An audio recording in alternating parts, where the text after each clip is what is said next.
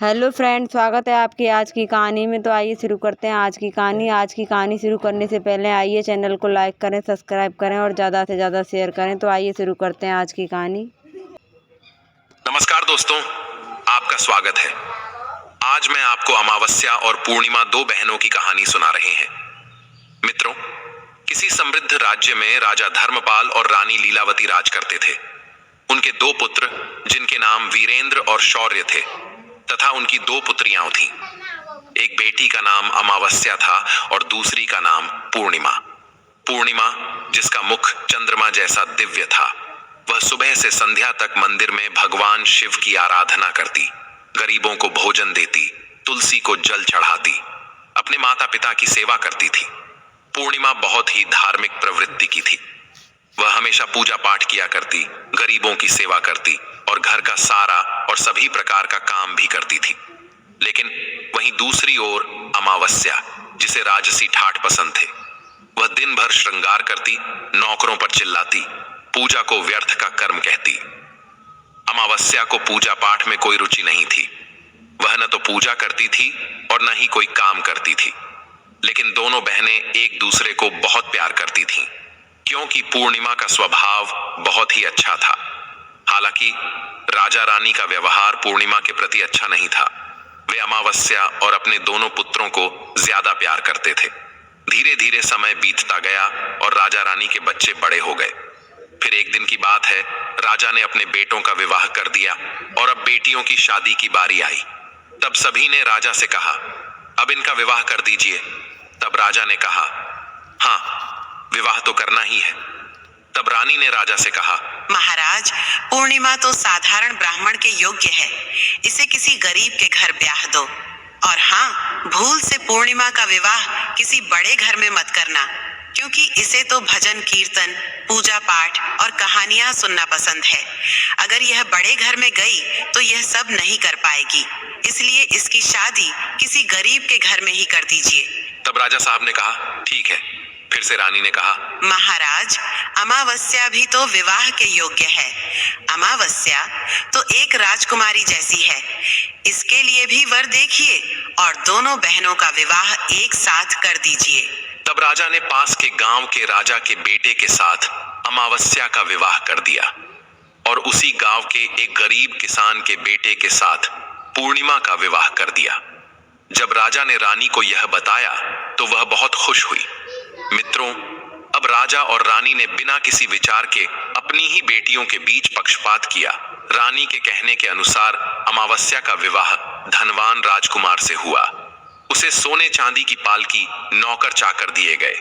वहीं दूसरी ओर बेचारी पूर्णिमा को एक किसान के घर भेज दिया गया। उसे केवल एक पुरानी साड़ी और बस एक तुलसी का पौधा दिया गया। तब रानी मन में सोचती हुई कहती हैं, अब देखते हैं कि पूर्णिमा गरीब किसान के घर कैसे रहती है। क्या वह वहां भी पूजा पाठ करती है? देखते हैं भगवान उसकी क्या और कैसे मदद करते हैं। अब उन दोनों की विदाई हो जाती है। अमावस्या और पूर्णिमा अपने अपने ससुराल में चली जाती है। अमावस्या तो अब किसी महारानी की तरह अपना जीवन सुखपूर्वक और ऐशों आराम के साथ गुजार रही थी। वहीं पूर्णिमा भी अपने भाग्य और भगवान के भरोसे पर खुशहाल जीवन व्यतीत कर रही थी। अमावस्या का पति, जो एक राजकुमार था, वह भी बड़ा घमंडी था, किंतु पूर्णिमा का पति शांत और सुशील स्वभाव का था। अब कुछ दिनों का समय इसी तरह से गुजर जाता है और फिर एक दिन की बात है, अमावस्या ने अपने घर पर शिव चालीसा का आयोजन किया और इस आयोजन में उसने गांव की सारी महिलाओं को आमंत्रित किया। सारी अड़ोस पड़ोस की औरतों को भी बुलाया, लेकिन अपनी बहन पूर्णिमा को उसने जानबूझकर नहीं बुलाया, क्योंकि उस गरीब बहन को अपने घर में बुलाना पसंद नहीं था। उसे बुलाना मतलब अपने सम्मान में कमी नजर आ रही थी। तब वहीं पूर्णिमा अपने दरवाजे पर बैठी थी तो गांव की औरतों ने कहा, अरे पूर्णिमा बहन, तुम्हारी बहन के घर शिव चालीसा का पाठ है, तुम नहीं जाओगी? तब पूर्णिमा ने कहा, नहीं, मैं नहीं जा रही, क्योंकि मेरी बहन ने मुझे नहीं बुलाया है। तब गांव की औरतों ने कहा, नहीं बुलाया तो क्या हुआ, पूजा पाठ है, तुम चलो हमारे साथ। वैसे भी वह तो तुम्हारी बहन है, उसने सोचा होगा कि बहन तो आ ही जाएगी, उसे निमंत्रण की क्या आवश्यकता है। तब गांव की औरतों की बात मानकर पूर्णिमा शिव चालीसा में चली गई। जब अमावस्या ने पूर्णिमा को देखा तो वह गुस्से से बोली, अरे, जब मैंने तुम्हें नहीं बुलाया तो तुम मेरे घर क्यों आ गई? अब जब आ ही गई हो तो चुपचाप एक जगह बैठी रहना, इधर उधर मत घूमना। तूने तो आज मेरी इज्जत ही मिट्टी मिला दी है। जरा देखो अपने आप को, कैसे वस्त्र पहने हैं तुमने। जाओ उधर कोने में बैठो। और फिर उसने पूर्णिमा की गरीबी का बहुत मजाक भी उड़ाया। पूर्णिमा की आंखों से आंसू बहने लगे और वह भगवान शिव से प्रार्थना करने लगी। हे भगवान, मुझ पर आप कब कृपा करेंगे? आखिर मेरा कसूर ही क्या है? पूजा पाठ करना, गरीबों की सेवा करना, काम करना, क्या यह गलत है? हे भगवान, अब मुझ पर कृपा करो। थोड़ी ही समय के बाद इस तरह वह भगवान से विनती करती रही। शिव चालीसा पूरी हो गई और अमावस्या ने सबको प्रसाद दिया, लेकिन पूर्णिमा को प्रसाद नहीं दिया। अब निराश मन के साथ पूर्णिमा वहां से बिना प्रसाद के ही वापस अपने घर की ओर चली गई। मित्रों, रास्ते में वह सोचने लगी कि घर पर बच्चे प्रसाद मांगेंगे तो मैं क्या कहूंगी। फिर उसके मन में विचार आया, क्यों न मैं अपने भाई भाभी से मिलने अपने मायके चली जाऊं। फिर वह चलते चलते अपने मायके की तरफ बढ़ने लगी। तभी उसे एक तुलसी का पेड़ दिखा। वहां एक चबूतरा बना था जिस पर एक बूढ़ी माँ बैठी थी। उन बूढ़ी माँ ने पूर्णिमा से पूछा, बेटी, तुम कौन हो और कहाँ जा रही हो? क्या तुम मेरी एक मदद कर सकती हो? तब पूर्णिमा ने अपना परिचय दिया। फिर बूढ़ी माँ ने कहा, बेटी, देखो, मेरा तुलसी का पौधा सूख रहा है। इसमें थोड़ा जल डाल दो और चबूतरे की सफाई कर दो तो थोड़ी ठंडक मिलेगी। अब पूर्णिमा ने तुलसी को जल डाला और बूढ़ी माँ को भी स्नान कराया। उसने उनके चरण दबाए। फिर पूर्णिमा ने पूछा, माँ जी, और कोई काम है क्या? तब प्रसन्न होकर बूढ़ी माँ ने कहा, नहीं बेटी, और कुछ नहीं।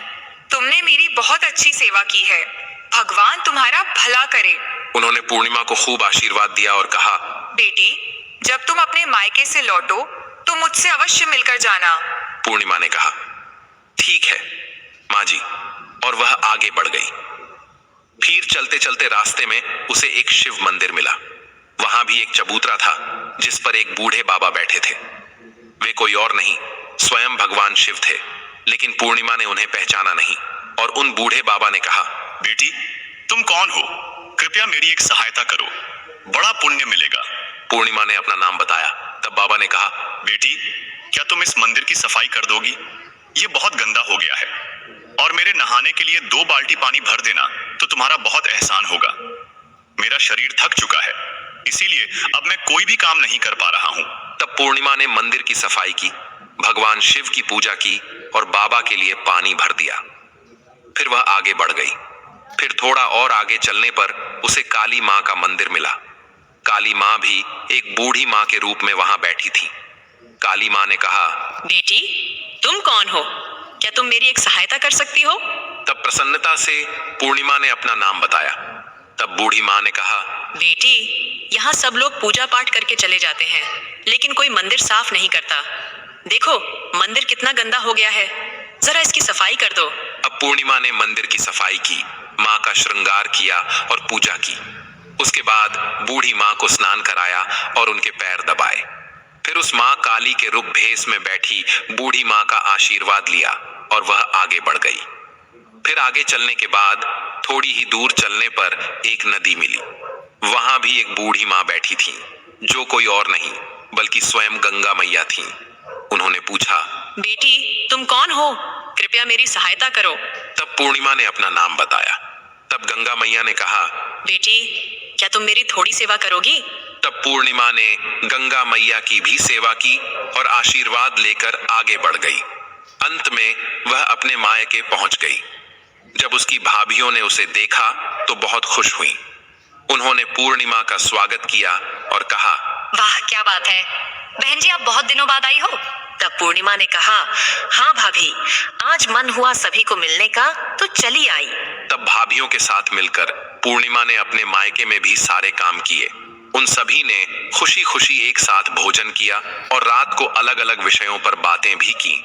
फिर अगली सुबह जब वह जाने को तैयार हुई तो भाभी ने उसे एक लाल साड़ी दी और कहा, इसे पहन लो और जल्दी जल्दी आया करो, बहुत दिनों बाद आई हो। तभी पूर्णिमा ने लाल साड़ी पहन ली और 16 श्रृंगार कर लिया। और एक भाभियों ने एक थैला भरकर उसे सामान दे दिया। उसे लेकर पूर्णिमा घर से निकल गई। मित्रों, चलते चलते रास्ते में वही नदी मिली जहां गंगा मैया बैठी थीं। उन्होंने कहा, बेटी आ गई, अपने मायके से क्या लाई हो?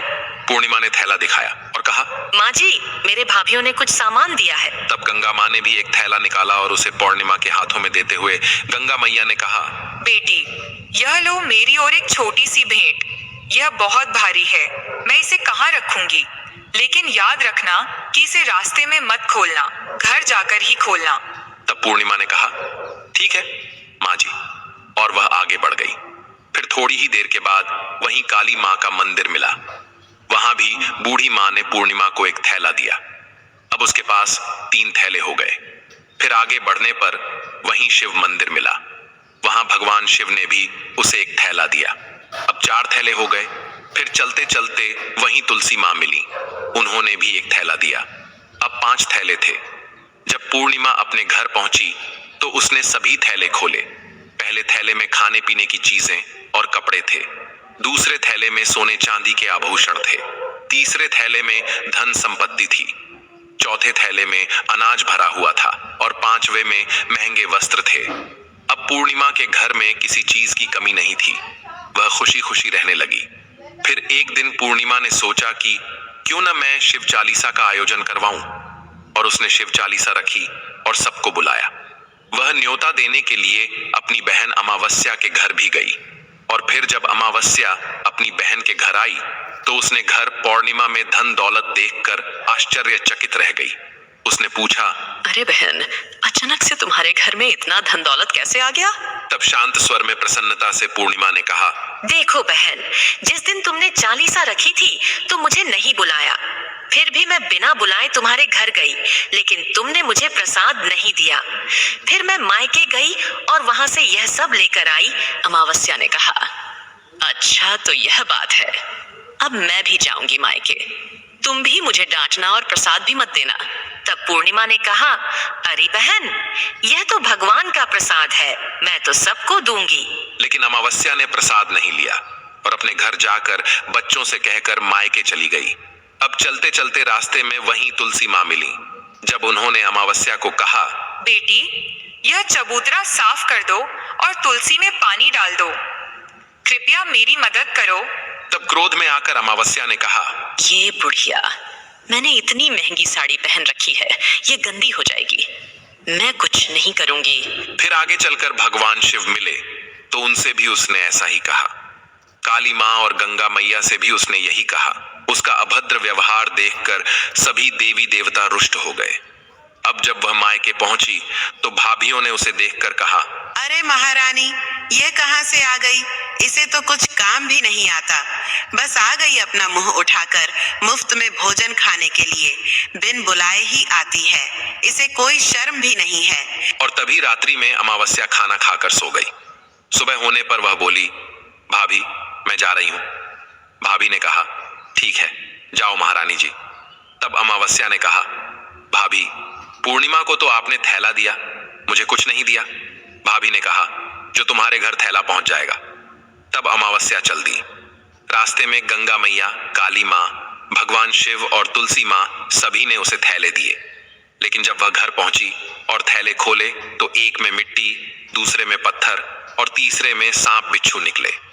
अमावस्या ने अपना सिर पीट लिया और कहा, हे भगवान, मुझे मायके में भी कुछ नहीं मिला और यहाँ भी कुछ नहीं मिला। फिर वह दौड़कर पूर्णिमा के पास गई और बोली, तुझे इतना सब कुछ मिला, मुझे कुछ भी नहीं।